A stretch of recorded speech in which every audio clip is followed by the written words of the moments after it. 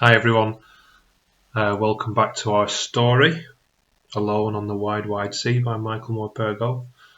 We're going to start our next chapter. It's called Kookaburras, Cockatoos and Kangaroos. In my time I've sailed into dozens of harbours all over the world. None is more impressive than Sydney. Liverpool had been grim and grey when we left. Sydney was blue and balmy and bright and beautiful. It was an arrival I shall never forget. We came into port in the morning in our grand, red-funnelled ship, the ship's horn sounding to announce us proudly, and I felt part of this new glory. Marty and I stood up, leaning on the ship's rail, gazing in wonder. Agog is the best word for it, I think. Everything about the place was new and marvellous to me.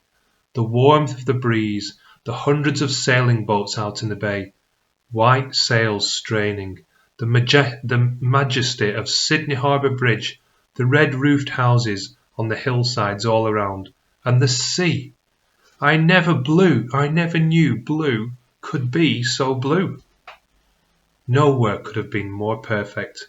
I knew without question that we were steaming into paradise, and as the ship crept in ever closer, I could see everyone waving at us and smiling.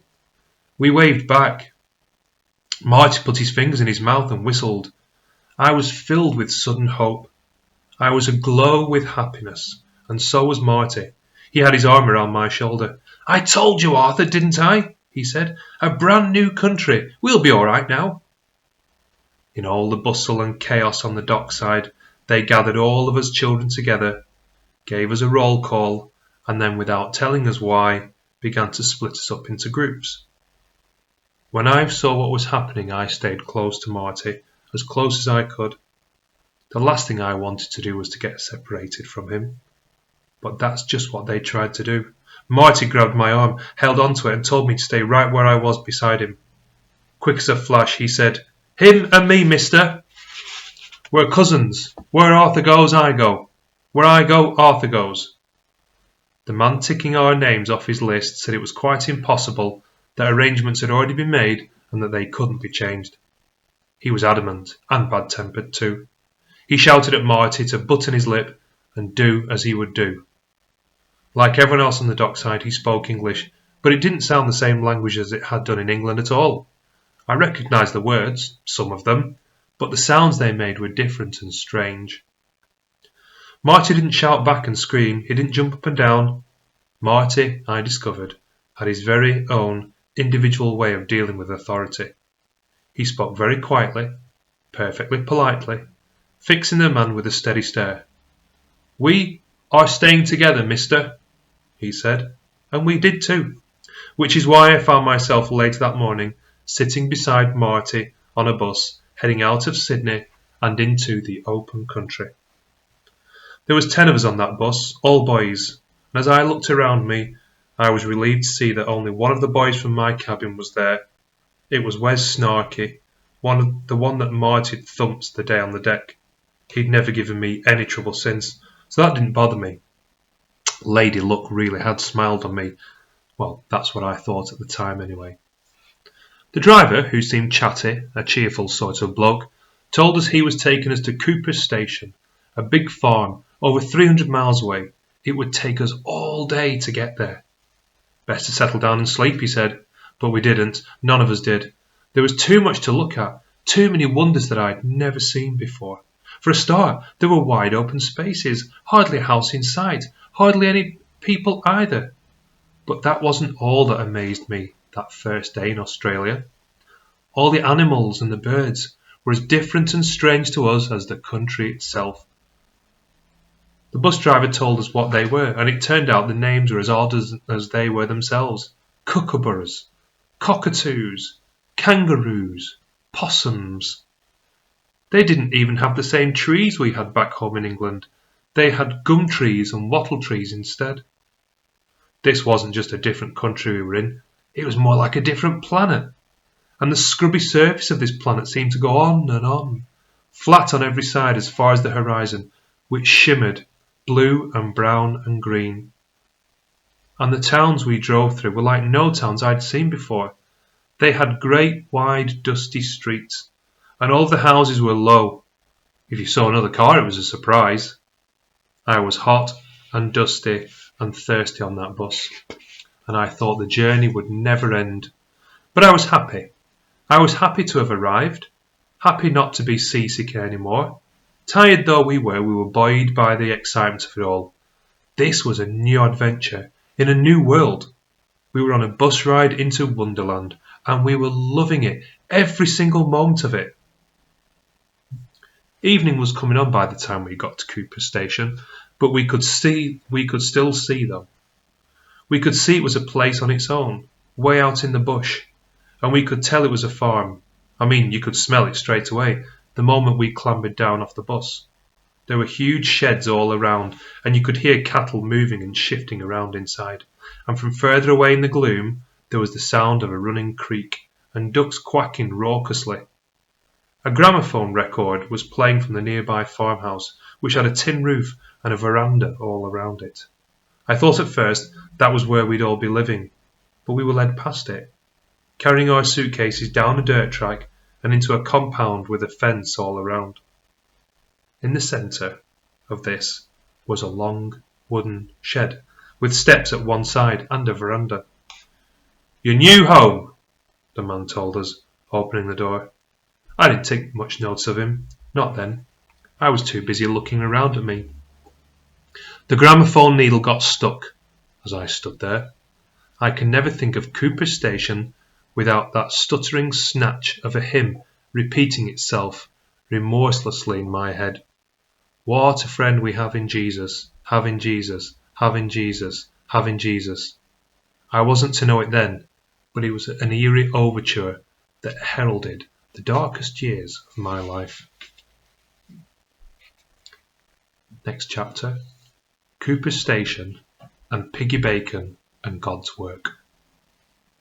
I think it was from the moment they first shut us in the dormitory block at Cooper Station and we heard the door bolted behind us that I hated walls about me and locked doors.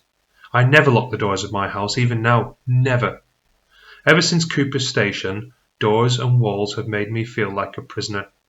I was about to find out, as we all were, not what it was like to be a prisoner, but what it was to be a prisoner.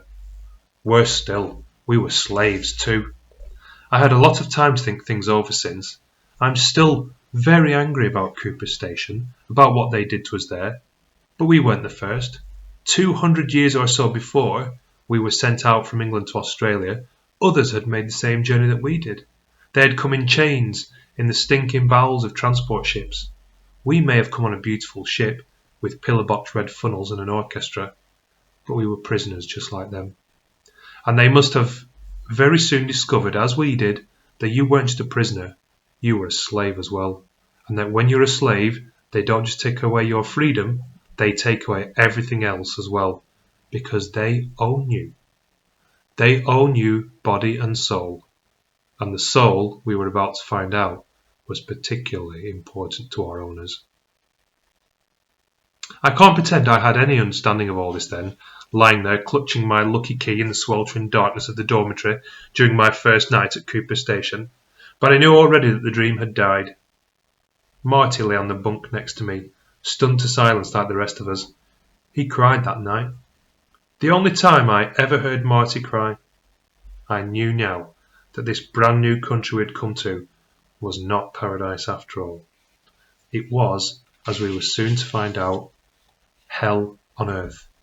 A hell specially devised for children by Mr. Bacon. Piggy Bacon we called him, who was to be our jailer, our slave master, the preacher, and the brand new father, all in one. I can honestly say that Piggy Bacon was the only person in my life that I had ever wanted to kill. But to be fair to him, he did at least tell it to us straight. The first morning at Cooper Station, after washing from the buckets lined about on the veranda, after our breakfast of lukewarm lumpy porridge, he told us exactly why we were here. We were all gathered there shivering outside the dormitory blocks.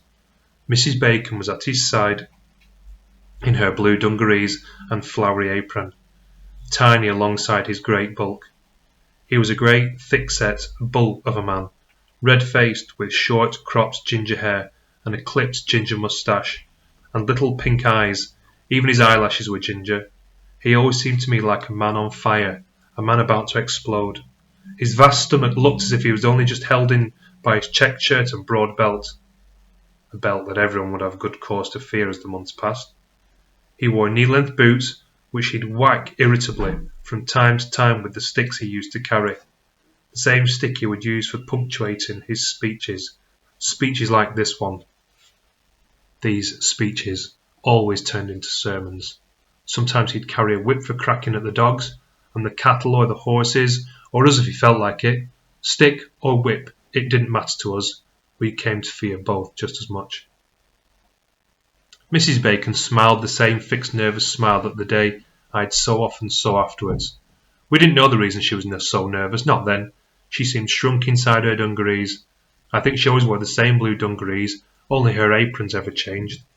I sensed from the first that Mrs. Bacon was frightened, that she was hiding something. Her face was always drained of colour. I never in my life saw a woman look more weary. She stood there, her eyes downcast, as Piggy Bacon told us all the whys and the wherefores, all the do's and the don'ts of Cooper Station. "You can count yourselves very lucky," he began, "that Mrs. Bacon and I have taken you in. No one else would. You know that. We did it out of the kindness of our hearts, didn't we, Mrs. Bacon? Out of the kindness of our hearts, that's what it was. You are little ones. You're the ones that nobody else wanted. You are the little ones thrown out of the nest, rejected, and with no home to go to, no one to look after you, no one even to feed you. But we will, won't we, Mrs. Bacon? We'll feed you and house you. We'll clothe you and teach you about hard work and the ways of God. What more could a child ever want? Mrs. Bacon and I are God-fearing folk, Christian folk. We were brought up to know our duty. Suffer little children to come unto me, the good Lord said.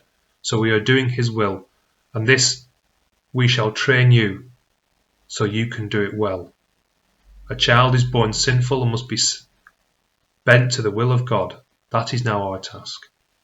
So we have offered to take you in at our own expense, mind, out of good Christian charity. We have built you this home for your shelter from the storm of life. You will help us make a Garden of Eden, a paradise out of this wilderness. Mrs. Bacon and I will be like mother and father to you, won't we, Mrs. Bacon? And your training in the ways of the Lord will begin right now. There will be no swearing, no idleness, I promise you. You will be kept busy. You will do the work to earn your keep, and you will work, because if not, you'll have idle hands. If you work, we shall feed you well. If you work well, you may play for an hour at the end of the day, the last hour before sundown. Look out there, he roared, waving his stick towards the horizon. Look, do you see? Nothing but wilderness as far as the eye can see. And that nothing goes on for miles and miles, north, south, east and west. So don't you ever think of running off. You'd go round in circles out there. You'd die of thirst, be shivering up by the sun. The snakes would bite you, the crocs would eat you up, or the dingo dogs would tear you to pieces.